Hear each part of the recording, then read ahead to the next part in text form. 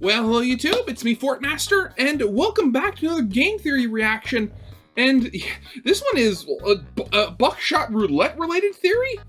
Buckshot Roulette's new ARG is unsolved for now. So it's been a little while since I've played Buckshot Roulette, and I know that the game has gotten a fair number of updates since I played it. I had also heard that there was an ARG. I can't remember the video I watched. But it had, all the ARG, filings, like there was an email you can find somewhere. I think there was also something involving it being related to the other games that said creator had made as well. Don't quote me on that though. It's been a while and I may have forgotten. But anyway, last I had heard, it was still unsolved, but that was, a month or two ago, I think. So, having a game theory video, something I watch, relatively regularly, having a nice start point where I and a lot of other people can join on and, hopefully get the, the collective brain power that is the game theorist community trying to start push on this thing a little harder. So I don't think that's a bad thing. So, yeah, I guess with all that out of the way, of course, as always, original video is linked in the description if you haven't seen it for some reason. Corner video will lead to my film theory reaction. And yeah, with all that out of the way, let's get this thing started then, shall we? Buckshot Roulette has stumped me not once, but twice. I wanted so desperately to find the lore of this game when it first came out, but it was so well hidden that it just didn't seem possible. Then, out of nowhere, we got ourselves an official ARG inside the game. Finally, something that could give me the answers I needed, except I can't solve it. Once again, I felt the lore slipping out of my theorist grasp. So, for this one, I'm gonna need some help from you. Yeah, if I remember correctly, I think there was a bunch of stuff, like when you first load up the game now, there's a computer sitting on the sink of the first room you load in on. That has a bunch of stuff when it first loads up. There's other stuff involving the phone power-up you use during the game. There's a website you can go to that actually talks about some of the stuff like in-universe. Like, there's a lot of stuff here. Absolutely love it. Hello, Internet. Welcome to Game Theory, the show that knows that every theory is about taking big risks. Game Theory does not endorse gambling, especially not Russian roulette, especially not Russian roulette with a shotgun, and especially not against me. Oh god, there's hidden letters. Oh no. Okay, wait a second. What are these things? I gotta start taking notes. Okay, so we got B, I, T, capital L, Y, 4. This is part of a URL. What's the secret video? Especially not Russian. Wait, what am I doing? I can just do this at a slow speed. What am I doing? Capital S, lowercase n, 5, capital A, 3. Being hiding in the back room of a dingy club. And okay. So that whole thing about the super being, I think I remember correctly, somebody theorized that that's actually a demon or something and it killed God. That whole, you find the contract that says God on it at one point. Okay, what do we get here? So it's BITL 4SN 5A3. Do we get anything from this, or is there going to be more stuff hidden in the video? Wait, this video isn't available anymore? Okay, I'm gonna hold on to that. Maybe I don't have the complete thing yet. today, we are talking about a game that has been requested a lot since the start of this year, Buckshot Roulette. The simple game that's already blown the brains out of over 2 million players. Yeah, and I'm gonna say, when I played that the last time, well, specifically when I recorded it for my YouTube video, I don't know if I had the worst luck possible, where it seemed every time there was a chance where between like either a blank or a real shell, I would always get the real shell. I very much want somebody to figure out what the math on that, see how that was possible. This game was super enticing to everyone online thanks to its simulated high stakes, its ability to make you wince at a fake scenario, Jeff, no, please!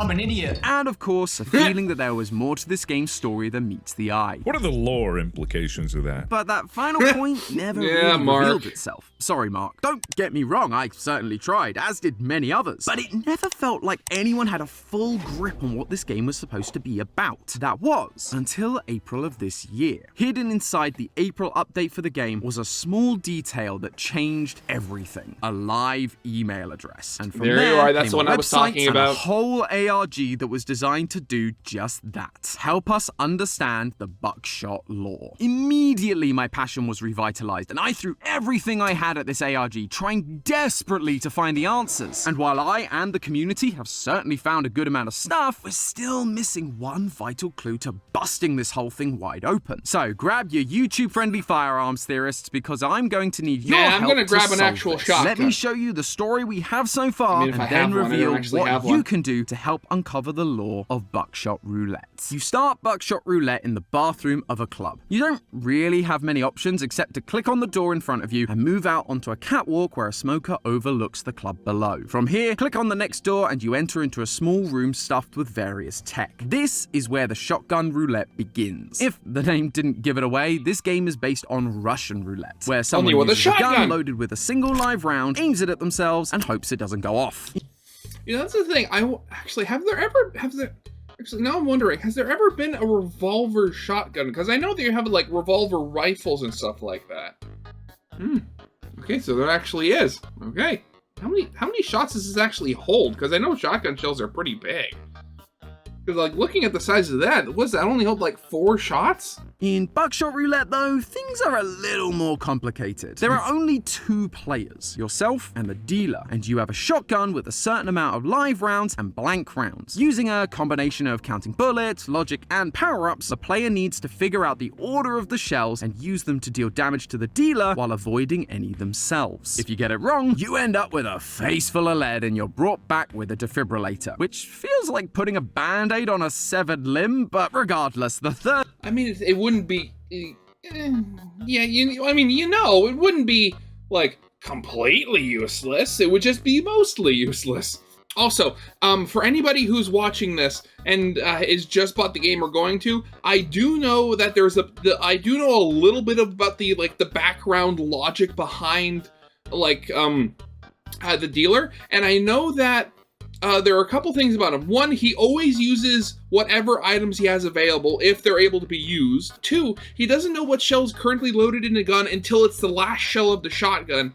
And 3, it's a 50-50 chance whether he'll shoot at you or himself. Third round is where things get exciting. The defibrillators get cut. No more revivals this time. Either you or the dealer are getting buried after this. If you win, however, a machine certain amount of live rounds and blank rounds. Using a combination of counting bullets, logic, and power-ups, the player needs to figure out the order of the shells and use them to deal damage to the dealer while avoiding any themselves. If you get it wrong, you end up with a face full of lead and you're brought back with a defibrillator, which feels like putting a band-aid on a severed limb, but regardless, the third round is where things get exciting. The defibrillators get cut. No more revivals this time. Either you or the dealer are getting buried after this. If you win, however, a machine emerges from the darkness with a briefcase full of cash, up to $70,000 worth, which you now get to spend on facial reconstruction surgery. Woo! Totally worth it. Or at least it would be if after your victory, you didn't wake up again in the same bathroom ready to go again. They even give you a bottle of pills to activate the double or nothing endless mode if you really fancy a challenge. And that is the game. It's a very fun gameplay loop and it allows for some really interesting mental gymnastics while trying to outsmart the dealer. But from a lore standpoint, there wasn't there's not really much, to go off of. Obviously, there were questions like, what the heck is the dealer's deal? How is he able to survive a shotgun to the face with no defibrillation?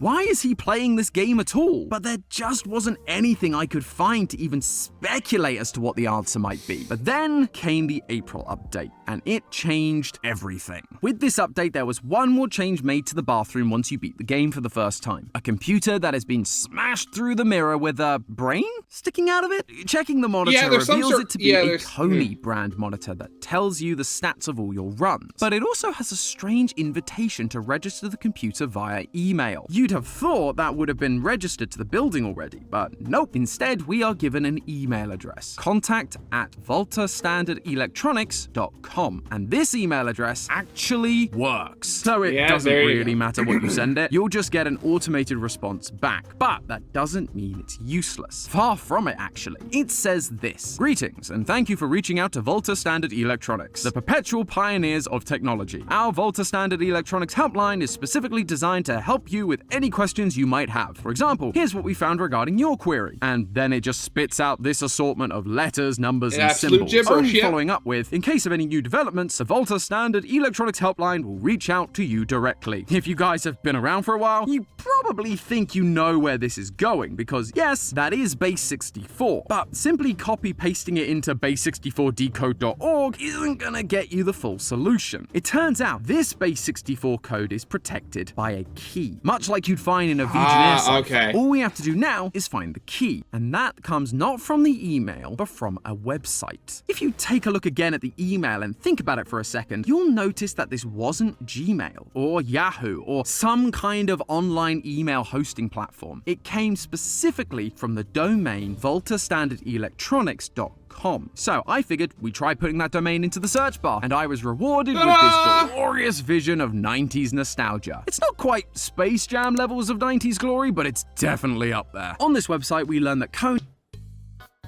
Actually, now that you mention it, I wonder if that website is still up, because I know for a while it was just like, it was like this Marvel, like this time capsule of the early internet. But I wonder if it's still up. Hey, what do you know? It's still up, but it's 1996. Oh, God. Okay, I'm sorry I got sidetracked on that. Kony not only created the monitor that we've been using, but also a cell phone called the Kony Ericsson. Obviously, this is a play off of the Sony Ericsson, but regardless of whether or not Sony is actually running some kind of underground Russian roulette ring, Kony does stand by their word when they say they're designed to help. As part of the April update, the Kony Ericsson was added as a power-up to use during the game. Using it calls a mysterious number that tells you if one specific future shell is blank or live. It's definitely helping, and it makes their tagline, "Embrace the future," that we see on the website very apt. But that's not the only way it helps. At the bottom of the webpage, there is a nice big red number, which is dead. But that wasn't always the case. In the early days of the ARG, this number would play an automated message from Volta's helpline. Initially, this sounds like any other automated phone message. "All of our operators are currently occupied." However, we then get this piece of information. "If you are calling in regards to an order being impacted by the shutdown, please contact your corresponding regional Ministry of Public Safety and Informational Security." Now we're getting somewhere. This world is currently on a government-issued lockdown. While we can be seen driving off at the end of the game if we succeed against the dealer, we clearly aren't going to be able to go far. Most likely, we're really only able to travel within the city, or at most within the country. This idea of being locked down by a potentially authoritarian government isn't exactly new territory for this developer either. Mike Klubnica focuses pretty much all of their games on these dingy-looking facilities with people either trying to break out of them or trying to take advantage of the system in some way. Some of those games even share direct connections, with both Carbon Steel and Control Room Alpha showing the same logo in each facility. Yeah, there we go. Mike That's what I was has gone on talking record about. to say that his games are connected, though not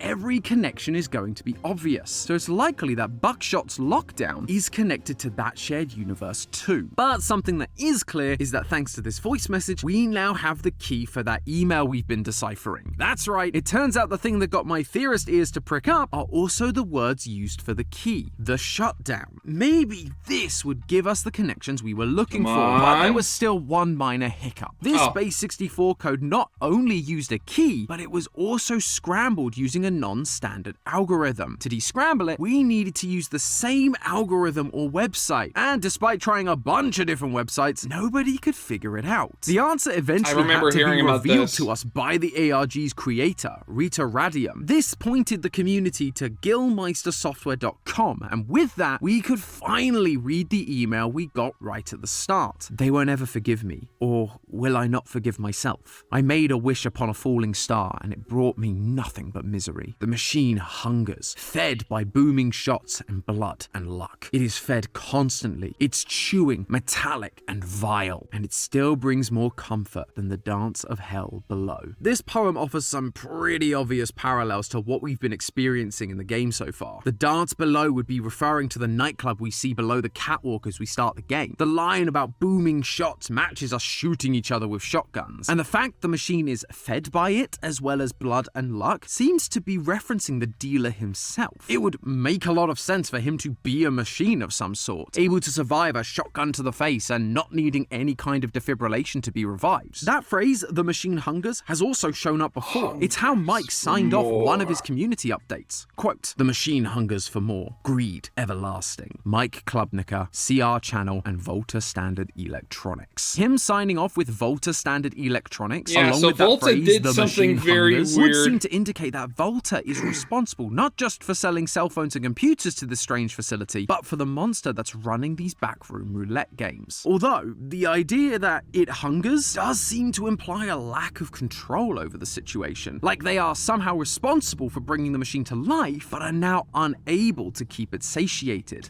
Well, I mean, given the fact that, their computer monitor thing has, a bit of pulsing brain flesh cracking out through the side, I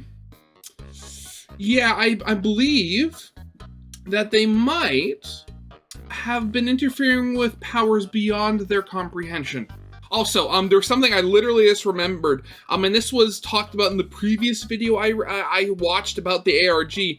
And going back to the website, the advertisement for the phone, the little circle thing that has the phone's name on it, if you actually look at the white glow highlight that's below it, or behind it, I should say more accurately, they're not the same. They're not for the same letters. They're for a different name. I can't remember what the name was at the moment. But hopefully, they'll go over it. Could whatever the dealer is be responsible for the shutdown? Or is it just a part of something much bigger and much worse? It's all possible, again, there's a contract that, with God on it. When I did, I found something I wasn't expecting. Steam cards. If you don't know what these are, Steam it's cards, pretty much what right. it says on the tin. They're just virtual trading cards that you can get through Steam. Which, okay, that's the thing. I bought my copy of the game through itch.io. And then I was, happy, oh, it's coming to Steam, yay! I did not know you couldn't get it a Steam copy activated from itch.io. I'm very upset about that. Drat. Typically, they're associated with specific games, and you can use them to raise your Steam level, earn cosmetics for your profile, or earn coupons for DLC. But that's not the case for Buckshot Roulette. Just like its game of roulette, it plays by different rules, because these trading cards contain some in-universe lore. Always gotta love it. More interesting than the rest, the burner phone. If you look closely, on its screen you can find a binary sequence which decodes to 2 Chronicles 26:15, a passage from the Bible. This particular passage is about a king named Uzziah. Uzziah was a godly king that saw much success during his reign. However, because of his achievements, he became proud, and one day he attempted to burn incense in the temple, something which was reserved only for the priests. He was essentially saying that he was above the law and greater than the holy priests, leading to God giving him leprosy. The specific verse we're given, verse 15, comes from just before Uzziah's fall, and it says, quote, "In Jerusalem he made devices invented for use on the towers and on the corner defenses so the soldiers could shoot arrows and hurl large stones from the walls. His fame spread far and wide, for he was greatly helped until he became powerful." We're being told about a man in authority who was building something to defend his nation, a man who became prideful of these achievements, and in doing so fell from grace and was cursed because of it. It matches quite nicely with the poem we've been given. "They won't ever forgive me, or will I not forgive myself? I made a wish upon a falling star and it brought me nothing but misery." Again, it's a story about someone doing something they felt was good, but for it to eventually backfire on them. However, this isn't the only biblical reference we get. There's actually one other moment that you can find in the second round of Buckshot Roulette. that. And the start of the game, Again, you the sign God a contract, liability yeah. waiver. Yeah, go figure. If Volta is behind the machine that hungers for death, good to know that they've protected their own butts. Other kind of butt, in round 2, we come across a different liability waiver, one that has already been signed by someone else, covered in blood, showing that that person has died. And it is signed by someone, I don't know, fairly important. God. That's right, the big G-man himself. God has not only played this game, but lost it too. Mike himself has said that all hell broke loose when God lost the game, which we can see when we die in the game ourselves. You end up at the pearly gates, though they're a little more spiky than I remember from Yeah, all hell broke loose, you say.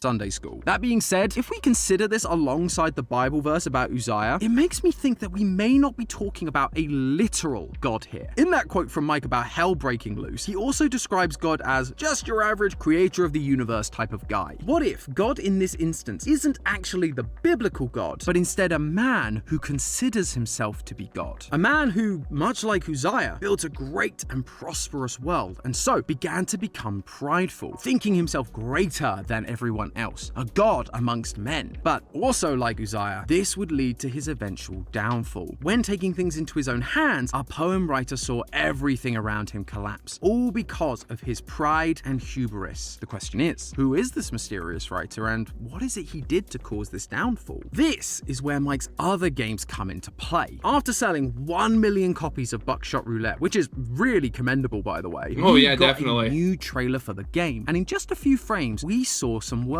pop on screen. Remember August 5th, 1998. According to the phone power-up, this game takes place on August 21st, 1998, which not only explains the old look of all the technology, but that whatever caused the shutdown, it only happened 16 days prior. Yeah, it to only the happened a events of the little game. bit ago. I did search for this date online, but I just couldn't find anything of specific interest. That was until I went back through Mike's catalog of games, because this date has shown up in at least one of them before. In the game Carbon Steel, we are conducting unethical experiments on creatures living deep underground and collecting data from them. After the very first day, we have a nightmare about these fleshy creatures covered in eyes breaking up into our little chamber. And as time goes on, the creatures we begin pulling out are more and more violent. At the end of the game, we blow up our lab in order to escape, but in doing so, we totally destroy the containment tube that we've been using to retrieve and analyze these creatures. We may now be free, but so is whatever was down there. We also learn from the emails we get in the game that this lab hasn't been used in decades. So our first day on the job was the day that something changed. The day this facility came online and began digging around the depths of the earth for creatures to analyze. And do you want to hazard a guess as to when our first day on the job was? August 5th, 1998. I don't think that our player character is the one writing this poem. No.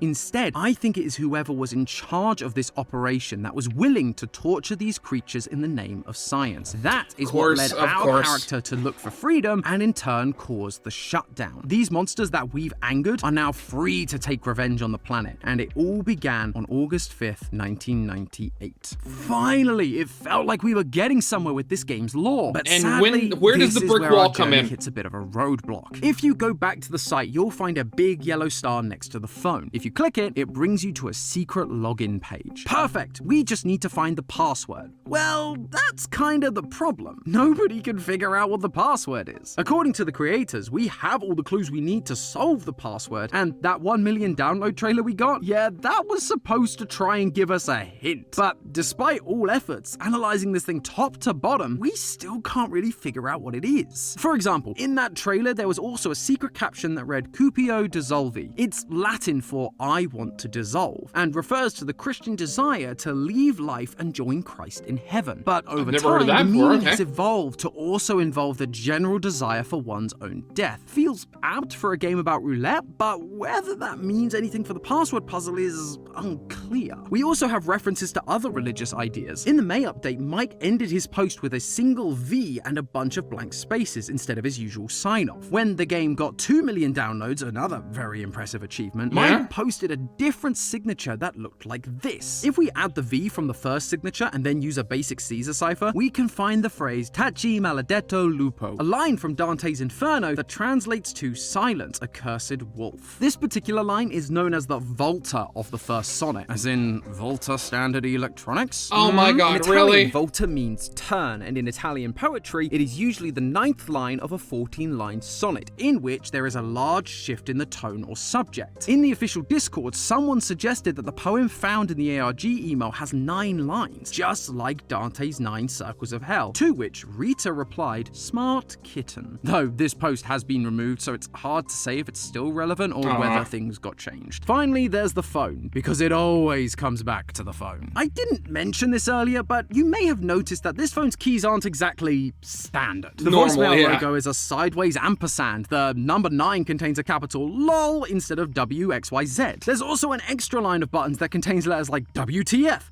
and cat.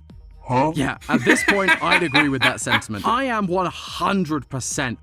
I have tried so many different words, translating it in through these keys to try and find the password. My theorist senses are screaming at me that the answer is in there. Otherwise, it's just weird that they've been staring us in the face the whole time and yet don't do anything. But now, I'm out of options, and it looks like the rest of the community is too. And they've been way more ruthless than I have. They have tried over 1,000 passwords to try and get into this site. They've tried listing the 9 Circles of Hell all together, with spaces, with underscores, in every possible combination. Nothing. They've tried taking lines from Dante's Inferno, both in Latin and in English. Nothing. They've even tried typing all of these phrases using the numbers in the phone like I did, and they're still coming up empty. And so, this is where I need your help. So far, we know we're looking at a story of someone who, in falling victim to their own pride and ambition, doomed humanity by reactivating an abandoned lab that was designed to bring monsters from deep within the earth up to the surface for testing. Sadly, not everyone agreed, and their escape led to these monsters roaming free, causing a government-issued lockdown, where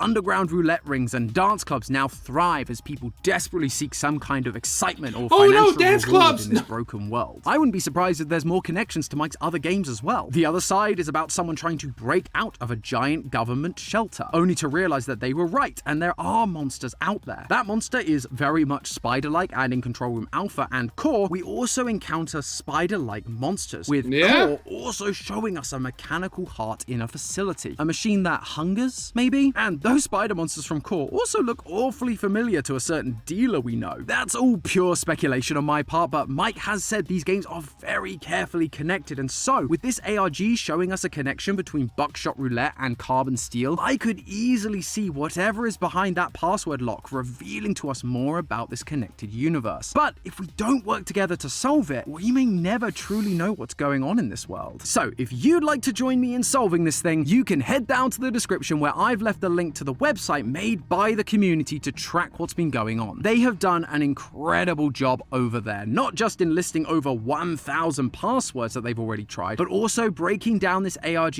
way more than I ever could. Thanks to some members of their community, we've even managed to find some rules about how this password works, like that it should be 4 to 20 characters long, not use any special characters, mostly, and that it is case sensitive. I would love for us, the theorist community, to rally behind the awesome work being done by these guys. They have worked so hard to try and get to the bottom of this, and we need answers. But I'm sure that with all our powers combined, we will be able to solve this ARG and its cryptic lore. So make sure you are subscribed if you're not already, because you can bet your bottom dollar that when we do solve this thing, I'll be covering it right here to help end the story once and for all. But in the meantime, remember, that's just a theory. A game theory! Thanks for watching. And I swear, these... You know it's bad when, you know, the ARG people, the people that, like, are actually on the front line of stuff like this, are having a hard time figuring out what's happening. It's always these things. It's like, very rarely do I ever really experience ARGs when they're happening. Like, granted, I mean, like, most of the time when I, you know, look at ARGs, it's very much through the lens of, oh, Game Theory's doing a video on it or something like that. So usually, it's very much, oh, this happened, like, months ago, or it just finished, you know, something like that. So the idea that a game like this, that has had over 2 million copies sold, has this ARG that has just had an absolute roadblock put down by it, and that nobody's been able to figure out? Oh god. I expect to see some head explosions when or if the password is ever actually found out. So yeah, that'll be it for now. Of course, as always, original video is linked in the description if you haven't seen it yet for some reason. Corner video will lead to my film theory reaction. And yeah, with all that out of the way, I hope you guys liked. If you did, leave a like, subscribe if you have not, and I'll see you guys next time. Goodbye.